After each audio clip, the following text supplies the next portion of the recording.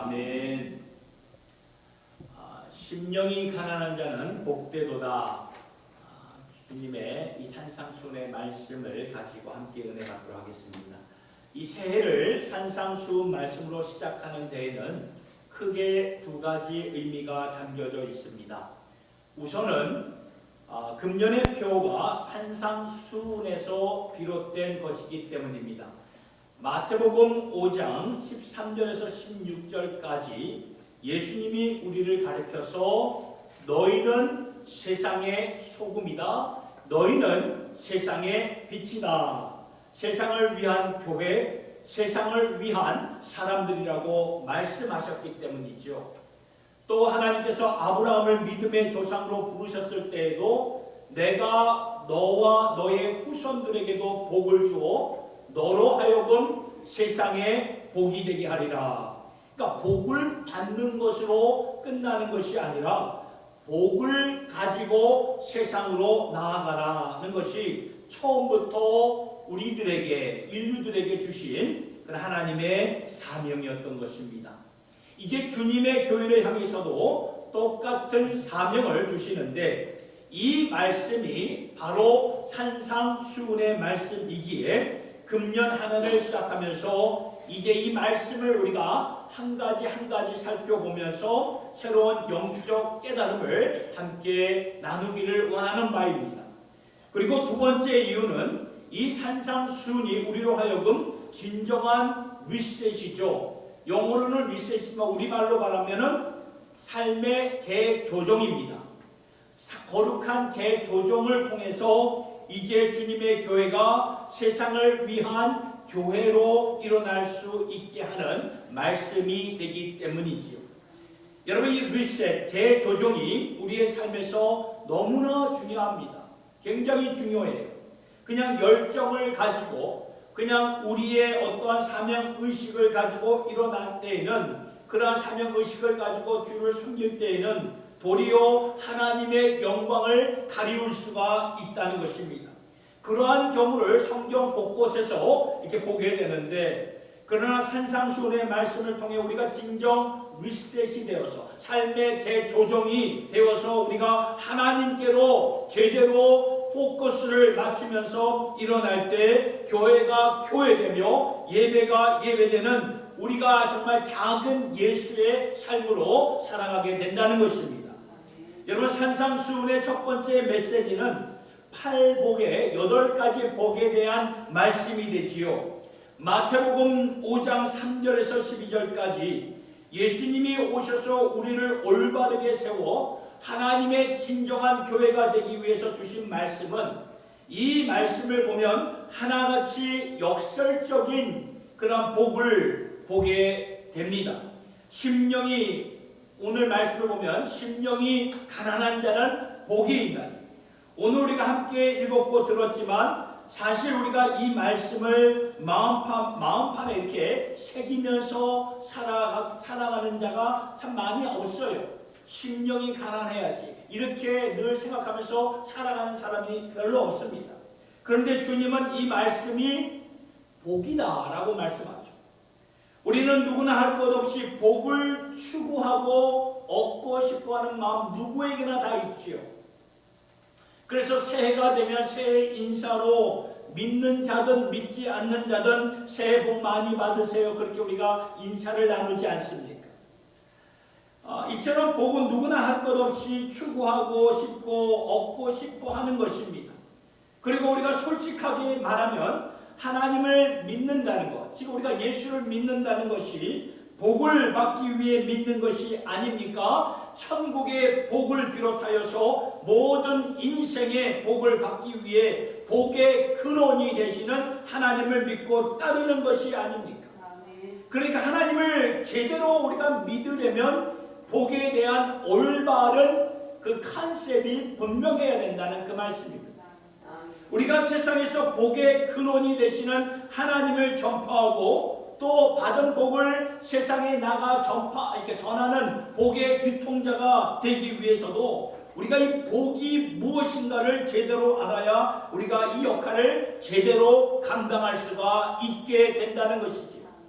그래서 예수님은 이 세상에 오셔서 복에 대한 말씀을 전하시면서도 이 복에 대한 개념을 바로 잡아야 우리의 믿음이 곁길로 새거나 빗나가지 않게 된다고 말씀을 하셨던 것입니다. 그래야 복의 근원이 되신 하나님을 우리가 올바로 믿게 되고 하나님이 진정 원하시는 복의 통로가 된다는 것이죠.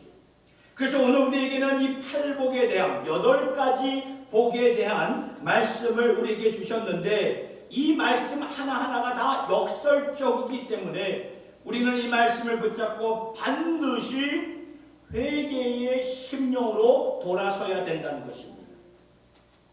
여러분, 회개가 무엇입니까? repent가 뭐예요? 전환하다, 방향을 틀다, 삶의 방향을 바꾸다, 그런 뜻입니다. 삶을 바꾸면서 회개를 통해 우리의 방향이 정말 올바른, 그러한 제대로 올바른 방향으로 걸어가는 그러한 주님의 권속들, 또 주님의 교회가 되었으면 좋겠습니다. 그리고 인생살이 가운데 예측할 수 없는 아픔이 있죠. 어려움이 있고 안타까움 속에서도 하나님의 선하신 계획이 있겠구나 생각하면서 우리가 이 산상수훈의 말씀을 좀 새롭게 보았으면 좋겠습니다. 예수님이 우리의 모든 아픔을 직접 체험하시기 위해서 어떻게 오셨습니까? 육신의 몸을 입고 이 땅에 오셔서 우리에게 친히 전해주시기 위해 주신 첫 번째 말씀이, 산에서 전해주신 말씀이 산상수훈이라면 이 말씀 안에는 예수님의 아픔이 담겨져 있고 이 말씀 안에는 이렇게 고통스러워하고 안타까워하는 세상을 당신의 피부로 직접 체험하면서 주신 하나님의 말씀이 담겨져 있다는 것을 우리가 반드시 깨달아야 된다는 것입니다. 여러분, 하나님의 진리와 하나님이 주시는 이 근본적인 메시지는 하나이지만 시대가 바뀌어지고 환경이 바뀐다고 해서 말씀이, 이 진리의 말씀이 바뀌어지는 것은 아닙니다. 진리는 여전합니다. 그 진리가 우리에게 어떠한 영향을 주고 어떠한 실제적인 의미로 다가오는 시대마다 환경마다 좀 다를 수가 있어요. 같은 메시지를 가지고도 그때마다 각 심령에게 족한 은혜로 필요한 메시지로 우리에게 다가오는 살아있는 말씀이 된다는 것이죠. 그런 의미에서 특별히 팔복의 말씀은 저에게 참 새롭게 와닿았습니다. 이 팔복의 말씀은 2015년도에 제가 한번 이 말씀을 전한 적이 있어요. 주일 설교에서. 그러나 이제 이 말씀을 이 금년에 2025년도 이 10년이 되면서 10년 후에 10년 동안 또 이렇게 그 지나온 세월을 돌아보면서 이제 새롭게 표와 함께 이 말씀을 보면서 이때 하나님께서 우리에게 허락하신 것들을 여러분들과 함께 나누려고 하는 것입니다. 첫 번째 팔복에 대한 말씀은 오늘 본문 3절의 말씀이죠. 심령이 무엇입니까? 마음 아닙니까? 마음이 가난한 자는 복이 있다. 왜냐하면 그들이야말로 천국을 경험하면서 사는 자들이라고 말씀하고 있기 때문입니다. 저는 이 팔복의 메시지를 좀 이렇게 신학적으로 생각하기보다는 여러분들과 함께 실제적인 그러한 방향에서 좀 살펴보기를 원하는 것입니다. 심령이, 마음이 가난한 자는 복이 있도다. 이 예수님의 말씀은 오늘 이 시간 우리에게 어떠한 실제적인 의미로 우리에게 다가오는 것입니까? 그리고 이 말씀을 통해 예수님은 우리에게 어떠한 실제적인 회개를 일으키시려고 하는 것인가? 크게 두 가지로 여러분들과 함께 생각해 보고자 하는 것입니다. 첫 번째 복의 개념은 이것입니다. 하나님과 이웃을 의지하며 살겠습니다. 이 말씀, 오늘 심령이 가난한 자는 복이 있다. 묵상하면서 이 말씀을 좀 새롭게 좀 깨닫게 되었습니다. 이 말씀 안에 실제적인 의미가 여기에 담겨져 있구나라는 것을 보게 되었습니다. 여러분, 우리가 심령이 가난한 자라면 전적으로 의지할 수밖에 없는 마음이 들어요. 전적으로 의지하게 됩니다. 우리 안에 있는 것이 없어요. 사실 우리 안에 있는 것을 하나님 앞에 드릴 수 있는 것이라고 생각하지만 우리 안에 남아있는 게 없어요. 오늘 말씀의 시작도 보면 누가 어떤 부류의 사람들이 나옵니까? 1절을 보니까 제자들이 예수님께로 나왔어요. 여기서 말하는, 본문에서 말하는 제자는 예수님의 12제자를 가리키는 것이 아니라, 아니면 호기심을 갖고 무리 중에 한 사람으로 예수님을 따랐던 자를 가리키는 것이 아니라, 진실로 여기서 말하는 제자는 하나님을 바라보면서 하나님의 메시아를 구하면서 하나님의 나라를 기다리면서 주님의 말씀을 좀 듣고자 하는 그런 진지한 사람들, 오늘날로 말하면 신앙심이 깊은 자들에게 예수님께서 주신 말씀이라는 것입니다. 그런데 이 말씀을 주시면서 무슨 내용을 그들에게 주셨습니까? 너희들 진짜 복이 무엇인지 아니? 지금까지 너희들이 생각했던 복은 우리에게 이러한 믿음도 있었고 이러한 열정도 있었고 이러한 신앙도 있었고 우리가 하나님을 주를 위해서 이러한 일도 했고 하나님 보시기에 칭찬받을 만한 사명도 감당하면서 살았기에 이것이 복인 줄 알았는데, 그래서 하나님이 축복하실 줄 알았는데 예수님이 말씀하세요. 아니다라고 말씀해요. 아니다. 그러면서 예수님이 말씀하시죠. 진짜 복은 심령이 가난한 것을 의식하면서 인정하면서 사는 것이다. 이게 진짜 복이다. 심령이 가난한다는 것은 뭐를 말하는 것입니까? 아무것도 없다는 것을 말하는 거예요. 나에게는 아무것도 없구나. 사도 바울이 나중에 빌립보서 3장에서 말하는 것처럼 나에게는 훌륭한 전통이 있었고 율법의 가문이 있었고 가말리아 문화에서 세상 최고의 교육도 받았고 누구보다도 내가 열정적으로 주를 위해서 살았는데, 그리고 이것이 하나님의 의라고 생각을 했는데, 그런데 하나님은 모든 것을 꿰뚫어 보시고는 그건 아무것도 아니다. 그건 아무것도 아니다 라는 것을 깨닫게 해주셨다. 오직 예수 그리스도 한 분만이 우리에게 주시는 의인데, 이 모든 것, 내가 알고 붙잡았던 이 모든 것은 배설물로 여겼다는 거예요. 배설물. 이러한 고백을 사도 바울이 하지 않습니까? 내가 그를 위하여 모든 것을 잃어버리고 배설물로 여기면 누구를 얻었다고 합니까? 예수를 얻었기 때문에 그 모든 것이 배설물이었다. 여러분, 하나님 앞에 내가 보여드릴 수 있는 것이 아무것도 없다는 그 말이에요. 그 말. 심령이 가난한 자. 텅 빈 자들의 텅 빈 자. 따라서 심령이 가난한 자들은 내가 하나님 앞에 드릴 수 있는 것이 아무것도 없다 그 말인데, 그러면 어떻게 살아야 합니까? 내가 하나님께 드릴 게 아무것도 없으면 어떻게 살아야 돼? 그러면 주님만을 전적으로 의지하면서 살아야 된다는 것이에요.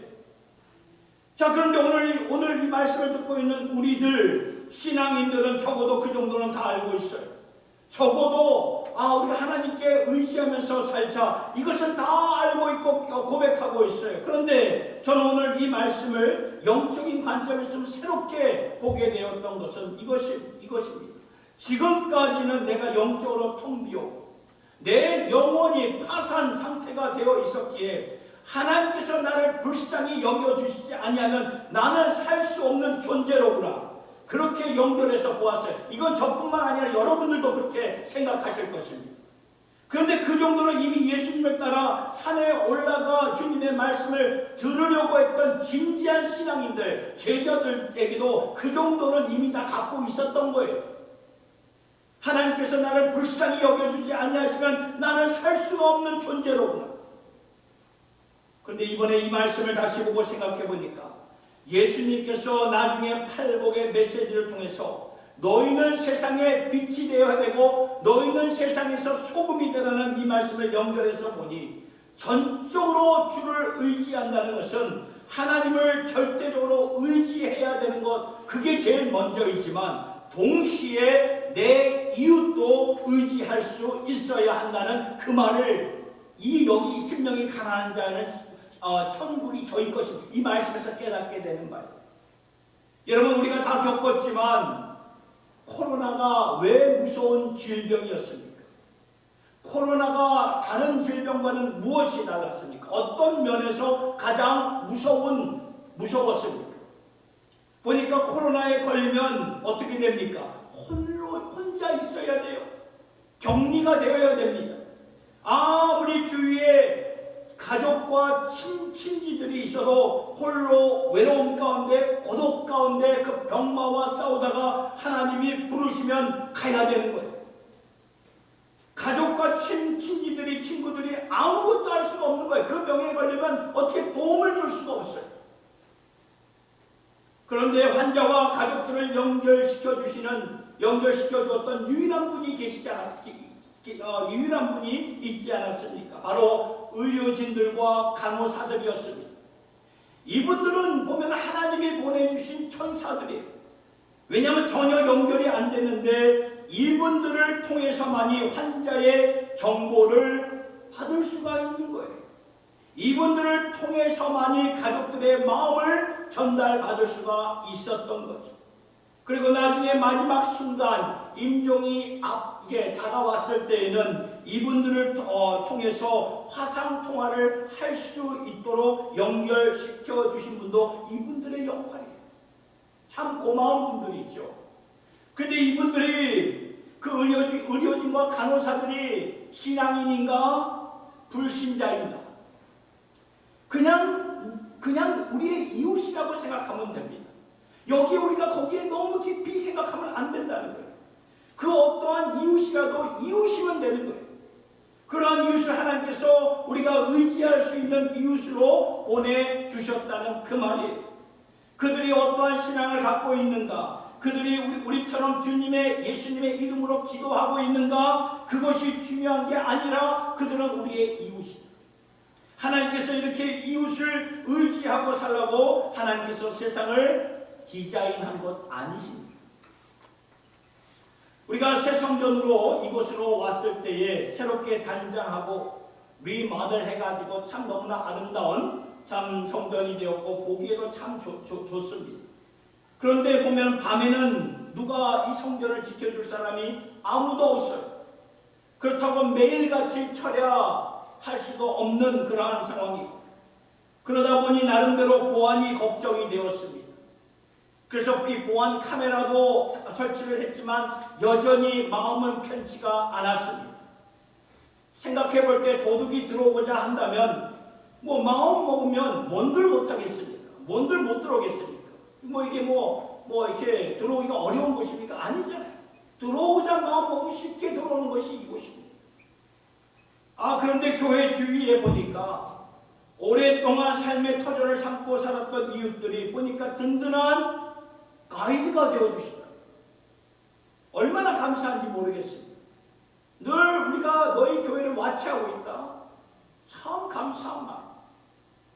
늘 이렇게 와서도 이렇게 쓸어주고 잘라주고 더러운 게 있으면 이렇게 솔선수 제가 부탁도 안 했는데 와서 알아서 이렇게 청소도 해주시고, 추수감사절 지난 추수감사절 때 저 앞에 계시는 분에게 교회가 준비한 이렇게 이러한 과일을 이렇게 갖다 드렸더니 화답으로 이 크리스마스 이전에 한 크리스마스 한 앞주 한 2주 전에 이렇게 남편과 함께 크다란 선물 보따리를 갖고 와서 교회 식구들과 함께 나눠 먹으라고 큰 선물도 갖고 왔어요.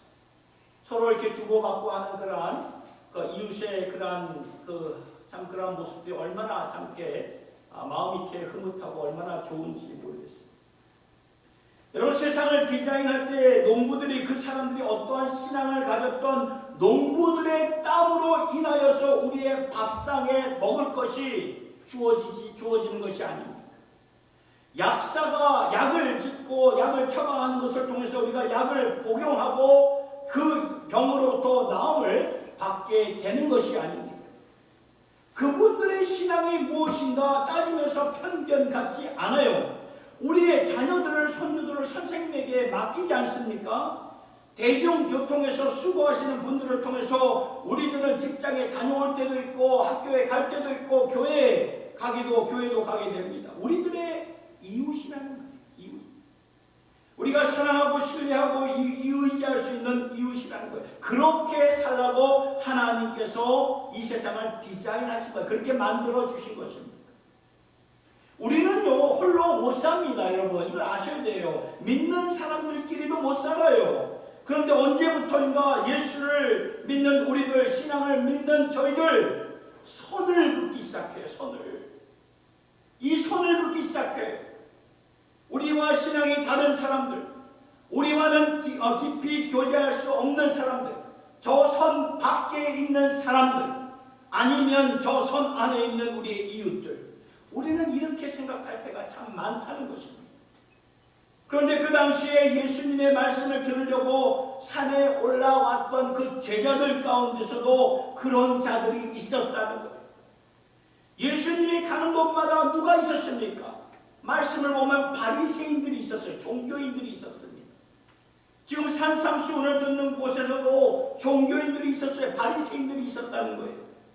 왜냐하면 우리가 성경을 읽을 때마다 선입견을 가지고 읽다 보니까 바리새인들 하면 이렇게 안 좋게 생각하는 경우가 많아요. 저부터도 그랬어요. 바리새인들, 서기관들 굉장히 안 좋게 보고 그렇게 생각하고 읽을 때가 참 많았어요.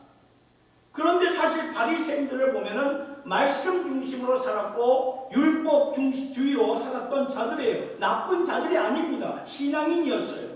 그런데 복음서의 말씀을 보면은 나중에 예수님께서 바리새인들을 향해서, 종교인들을 향해서 분노하시고 심판하시고 어떤 때는 화 있을진저 독사의 자식들아 하면서 저주까지 하셨지만 죄인들에게는 예수님이 도리어 찾아가셨다. 그들의 친구가 되어주셨어요.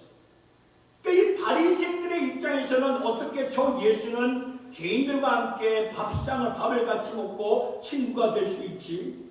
저분이 우리가 진짜 찾고자 하는 메시아 맞나 하면서 예수님을 비방하기 시작했고 비판하며 나중에는 십자가에 못 박아 죽여버리지 않습니까?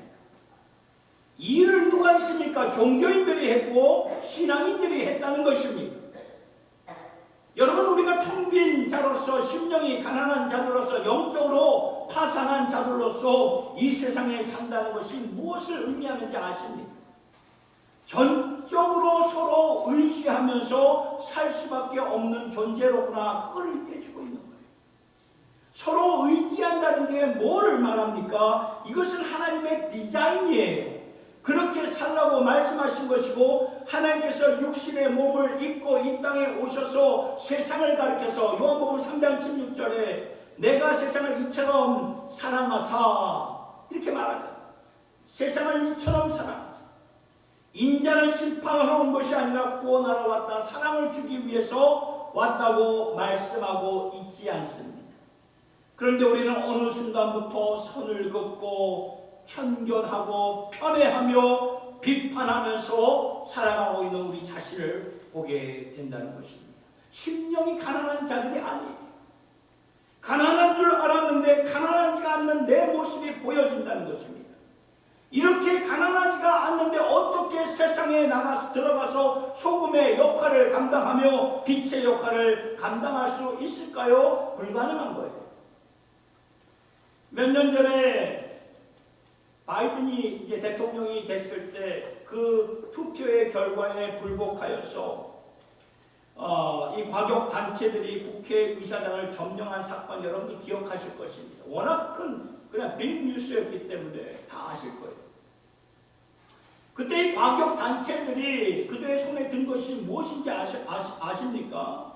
성조기였습니다. 세 가지를 들었어요. 성조기를 들었고 미국 국기를 들었고요. 그 다음에 남부연합기를 들었어요. 남부연합기는 백인 우월주의와 노예를 상징하는 것을 의미하는 거예요. 남부연합기를 들었어요. 그리고 저들 손에 든 것이 또 하나 마지막이 무엇인지 아십니까? 십자가를 들었어요. 십자가. 12대 가운데 이 과격단체가 전부 다 그런 것은 아니겠지만 거기에 참여한 많은 분들이 신앙인들이었어요. 예수 믿는 자들이었다는 것입니다. 저는 그 모습을 보면서 언제 우리가 이렇게 되었는가? 언제 우리가 이렇게 되었는가? 예수님이시라면 과연 그렇게 행동하셨을까? 심령이 가난한 자들이라고 보일 수가 없더라고요. 저는 그들의 중심을 판단하고 싶지 않아요. 그것은 중심을 판단하시는 분은 하나님만이 아시는 거예요. 그들에게 진정한 믿음이 있었는가? 하나님만이 아시는 거예요. 그러나 적어도 저들의 이 과격한 모습을 볼 때 심령이 가난한 자들은 아니구나. 왜 그럴까요? 자신들은 의롭고 남들은 틀린 거예요. 내 기준 밖에 있으면 너는 틀린 거야. 너는 아웃이야. 이렇게 말하는 거예요. 언제 우리가 이렇게 되었습니까?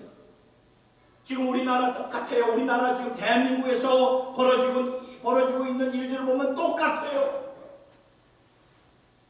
오늘 우리 안에서 이러한 모습들이 있습니다. 심령이 가난하지가 못해. 그러면 복의 유통자가 될 수가 없습니다. 복을 주신 것은 복이 되라고 하나님께서 아브라함을 부르셨을 때 복이 되라고 불러주신 것인데, 그런데 심령이 가난하지가 않으니까 복의 유통자가 될 수가 없어요. 도리어 사회가 아파합니다. 괴로워합니다. 염려하게 되고 걱정하게 되고. 여러분, 이 산상수훈의 말씀은요, 회개하라고, repent예요. 회개하라고 주신 말씀입니다. 이번에 트럼프 대통령이 이렇게 외친 그러한 그 유튜브가 참 인상적이에요. 이 많은 우리 다시 교회로 돌아와야 된다. 신앙인으로 돌아와야 된다. 그걸 외치더라고요. 이 트럼프 대통령. 성경을 각 가정마다 가지고 있어야 된다. 여러분, 이 산상수훈의 말씀은 전환하라. 삶의 방향을 바꾸어라. 그렇다면 먼저 바꿔야 할 내 삶의 방향은 무엇입니까? 우리가 정말로 심령이 가난하여서 하나님을 의지하는 것은 맞는데, 그렇다면 나는 내 이웃들을 의지하면서 지금 살아가고 있습니다. 여러분, 우리가 이웃을 의지 않고 살면서 어떻게 그들의 마음을, 그들에게 사랑을 줄 수가 있겠습니까? 의지해야 인격적으로 사랑하게 된다는 것입니다. 서로 존중을 해야 내 말이 그들의 마음을 움직일 수가 있는 거예요.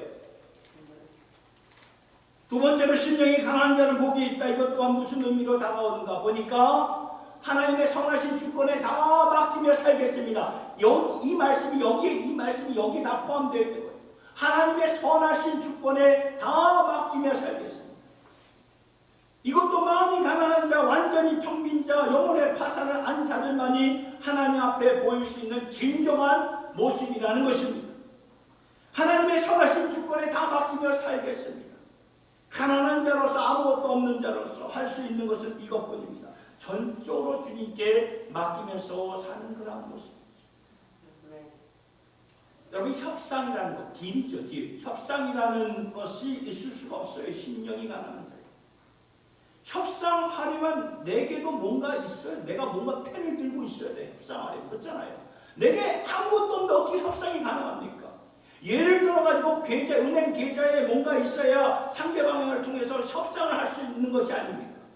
그런데 내 계좌를 보니까 텅텅 비어있어요. 마이너스예요. 제로예요. 명분이 아무것도 없습니다. 그럼 어떻게 협상할 수 있겠습니까? 무엇으로 협상할 수 있겠습니까? 명분이 없어요. 명분. 협상할 수 있는 내용이 우리 안에 없습니다. 그러면 어떻게 해야 됩니까? 어떻게 해야 됩니까? 협상이 아니에요. 협상이 아니라 전적으로 하나님의 주권에 맡기는 것입니다. 누가복음 18장을 보면 예수님께서 비유로 말씀하시면서 성전에 기도하러 올라간 두 사람의 이야기를 우리에게 말씀해 주시는데, 이 말씀은 지난주간 새벽 기도에서 전한 말씀이기도 합니다. 한 사람은 바리새인이었어요. 종교인이었어요. 또 한 사람은 세리였습니다. 죄인이었습니다. 이 바리새인은, 종교인은 기도를 굉장히 감동적으로 하나님 앞에 올려드리죠. 하나님 앞에 그동안 자신이 어떻게 하나님을 사랑했으며 사모하며 살 수 있었는가 감사드리면서, 그동안 많은 유혹도 있었지만 이렇게 말씀을 지키고 이렇게 금식도 하고 이렇게 헌금도 하면서 올바르게 살았습니다. 굉장히 감동적으로 하나님 앞에 기도를 드렸습니다. 그런데 세리의 기도를 보니까 너무나 이 앞서 드렸던 이 종교인 바리새인과의 기도는 너무나 달랐어요. 세리의 기도는 자신이 죄인이라는 것을 알았기 때문에 하나님 앞에 눈을 뜰 수가 없었어요. 눈을 뜰 수가 없어서 가슴을 치면서 주여 불쌍히 여겨 주시옵소서. 불쌍히 여겨 주시옵소서. 나는 죄인으로서. 예수님이 바로 그 모습을 가리키면서 누가 하나님 앞에 의롭다 칭함을 받았겠느냐? 바로 저 죄인의, 저 세리의 기도다. 그날 하나님 앞에 인정받고 예수님 앞에 인정받고 돌아간 사람은 셀이었습니다. 하나님의 마음을 움직였던 기도는 바로 죄인의 기도였다고 말씀합니다. 그 죄인은 무엇을 한 사람이었습니까? 자신에게는 아무 협상할 것이 있는 내용이 전혀 없었다고 고백을 하죠. 그리고 온전히 하나님의 주권에 자신을 드리면서 불쌍히 여겨달라. 주여 나를 불쌍히 여겨 주시옵소서. 이러한 마음이 심령이 가난한 거예요. 내 심령이 텅 비었구나 깨닫고 사는 자들이 심령이 가난한 자들의 모습입니다. 우리가 살다 보면 이제 다 때가 되면 부모님이 다 이제 소천을 하시게 되죠. 우리들의 부모님이 이렇게 다 돌아가셨을 때, 아니 때로는 뭐 보면은 주위에 보면 코로나로 병상에 누워 있을 때 우리는 아무것도 할 수가 없어요. 저희 부친께서도 제가 오늘 칼럼에도 이렇게 적었지만 부친께서도 10년 전에 갑자기 뇌출혈로 쓰러지시면서 저와 동생 저희 어머니 아무것도 할 수가 없더라고요. 그냥 하나님의 주권에 맡길 수밖에 없었던 그런 상황. 그때 금식하며 기도했어요. 금식을 왜 했는가 보았더니 하나님께서 치유해달라. 생명을 좀 연장해 주시면 참 좋겠다. 그런 간절한 마음을 가지고 기도했고, 그리고 하나님의 선하신 주권에 맡기면서 기도했을 때 결국 하나님의 응답은 천국이었어요. 아버지를 천국으로 데려갔어요. 심령이 가난한 가운데 모든 것 생사화복을 주님께 맡기며 기도했을 때 아버지만 천국 가신 것이 아니라 우리가 그 주권을 다 주님께 맡겼을 때는 우리에게도 천국의 소망을 주시더라고요. 왜냐하면 모든 것을 전적으로 기도하며 맡길 때 정말 간절하게 애타게 몸부림치면서 기도하였을 때 하나님께서 주신 말씀은, 그때 저에게 주신 말씀은 고린도후서 4장 8절과 9절의 말씀인데 이 말씀이에요. 우리가 사방으로 우겨쌈을 당하여도 쌓이지 아니하며 답답한 일을 당하여도 낙심하지 아니하며 박해를 받아도 버림받지 아니하며 거꾸로 뜨림을 당해도 망하지 아니하며. 이 말씀이 참 어려운 가운데 슬픔 가운데 저의 마음, 가족의 마음을 붙잡아 주시더라고요. 이렇게 우리가 쓰러지지 않고 낙심하지 않도록 인도하시다가 결국 하나님께서 허락하신 궁극적인 대답은 우리에게 천국의 소망이에요. 그리고 자유함을 주시더라고요. 저는 아버지의 그 갑작스러운 부고의 소식을 들었을 때 그때 제 마음속에 울려 퍼진 찬송과 기도는 주의 이름을 찬송합니다. 욥이 그러한 고백을 하지 않았습니까? 욥기 1장 21절의 말씀을 보면 이르되 내가 모태에서 알몸으로 나와 싸우지 또한 알몸이 그리로 돌아갈지 주신 이도 여호와시요 거두신 이도 여호와시니 여호와 이름이 찬송을 받으실지어다. 주신 자도 여호와시요 거두시 취하신 자도 여호와시니. 무슨 말입니까? 어떠한 상황일지라도 주님을 찬송합니다. 그 말 아닙니까? 당신의 선하시고 기뻐하시고 온전하신 뜻이 이루어졌습니다. 감사합니다 주님. 부고 가운데 감사를 주시고 자유함을 주셨는데 마치 다윗이 느꼈던 그러한 마음이었습니다. 사무엘하 12장을 보면 다윗이 그 밧세바를 통해서 얻은 갓난 아기가 하나님의 그 진노하심으로 치시지 않습니까? 그 아이. 그래 그 아이가 시름시름 앓고 있을 때 다윗은 그때 금식하며 아무도 만나지 않고 땅에 엎드려서 기도했습니다. 그러나 하나님이 그 아이의 영혼을 거두어 가신 후에는 다윗이 일어나서 평상시처럼 먹으며 기운을 회복했을 때 그 옆에 있었던 신하들이 깜짝 놀라죠. 그러면서 왕이여 어찌 된 일이옵니까? 아이가 살아있을 때는 위하여 금식하고 우시더니 아이가 죽은 후에는 일어나 잡수시니 어찌 된 일입니까? 그러니까 다윗이 뭐라고 말합니까? 사무엘하 12장 22절 23 이 말씀이에요.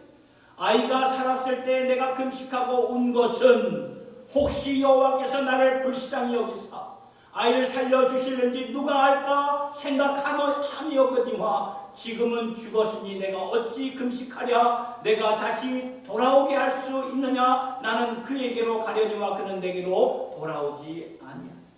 무슨 말입니까? 다윗이 하나님의 주권에 전적으로 맡겼다 그 말이에요. 그러니까 하나님의 주권이 전적으로 이루어지는 그 순간은 천국의 소망이에요. 천국입니다.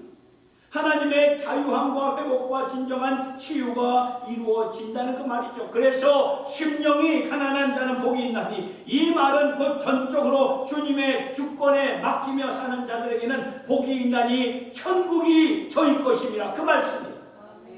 이 말씀이 오늘 우리의 살아있는 간증이 될 수 있기를 예수님의 이름으로 축복합니다. 여러분, 우리가 심령이 가난하기 때문에 보일 수 있는 우리의 모습은 전적으로 주님의 주권에 맡기며 사는 것뿐이에요. 그러한 자들에게 천국의 소망이 주어진다는 것입니다. 사랑하는 성도 여러분, 그동안 하나님이 원망스럽고 불평하고 이것만은 아닌데 하면서 끝까지 내가 붙잡고 있는 것이 있었습니다. 내려놓으시기 바랍니다. 내려놓는 것이 큰 축복이에요. 내려놓고 마음이 가난해졌으면 좋겠습니다. 마음이, 심령이 가난해질 때 주님께 주권을 온전히 다 드리게 되는데, 우리 모두 심령이 가난한 자들이 되어서 천국이 저희들의 것임이라 이 확신 붙잡고 승리하며 살아갈 수 있는 저와 여러분 모두가 될 수 있기를 예수님의 이름으로 축원합니다. 우리 시간 이 말씀을 생각하면서 당신의 원하신 우리 찬양 불러보도록 하겠습니다. 악보가 없어서 이렇게 글자로만 적었으니 여러분들 같이 한번 따라서 불러보겠습니다. 이해할 수 없는 상황 속에서도 잠잠히 신뢰합니다. 보이지 않고 들리지 않아도 견디고 견딥니다. 나지지 않는 상황 속에서도 잠잠히 기도합니다.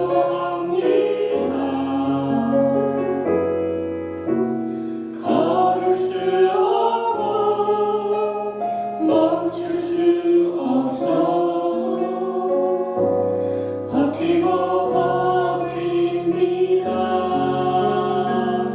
당신의 선하심 언제나 선하심 변치 않는 그 사랑을 나 노래합니다. 오늘도 아름답고 견고하게 세워주시는 그 이름 바라봅니다.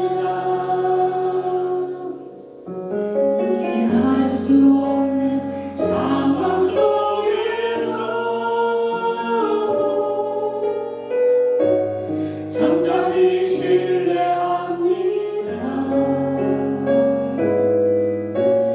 보이지 않고 들리지 않아도 견디고 견딥니다. 당신의 선하심 언제나 선하심 변치 않은 그 사랑을 나 노래합니다. 오늘도 아름답고 견고하게 세워주시는 그 이름 바라봅니다.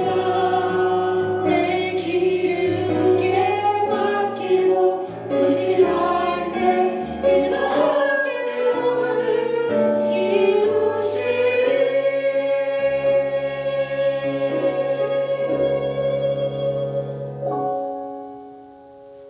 당신의 선하심 언제나 선하심 변치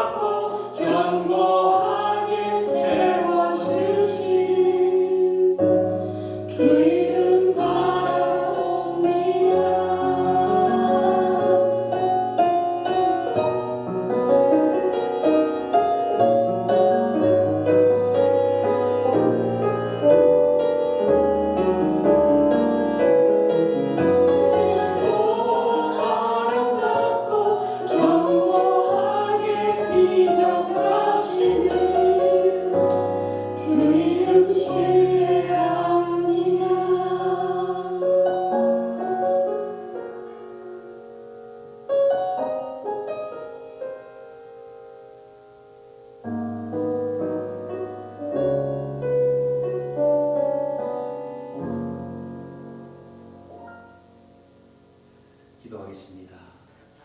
고마우신 주님, 우리가 그동안 심령이 가난하지 못한 사람들로 살았던 것 같습니다. 그래서인지 하나님을 의지하면서도 하나님이 허락하신 이웃들을 의지하지 못했고 진정 사랑하지 못했습니다. 언제부터인가 예수 믿는 우리들이 참 세상을 비판하기 시작했고 판단하기 시작했습니다. 판단은 하나님만이 하실 수가 있는데 그런데 우리가 하기 시작했습니다. 그러다 보니 심령이 가난한 자들이 되지 못했고 세상을 축복할 수 있는 축복의 유통자가 되지 못했습니다. 아버지, 회개합니다. 통회합니다. 자복합니다. 우리의 자고한 마음, 높아진 마음, 스스로 충분하다고 생각하는 이러한 교만한 마음들을 내려놓습니다. 회개합니다.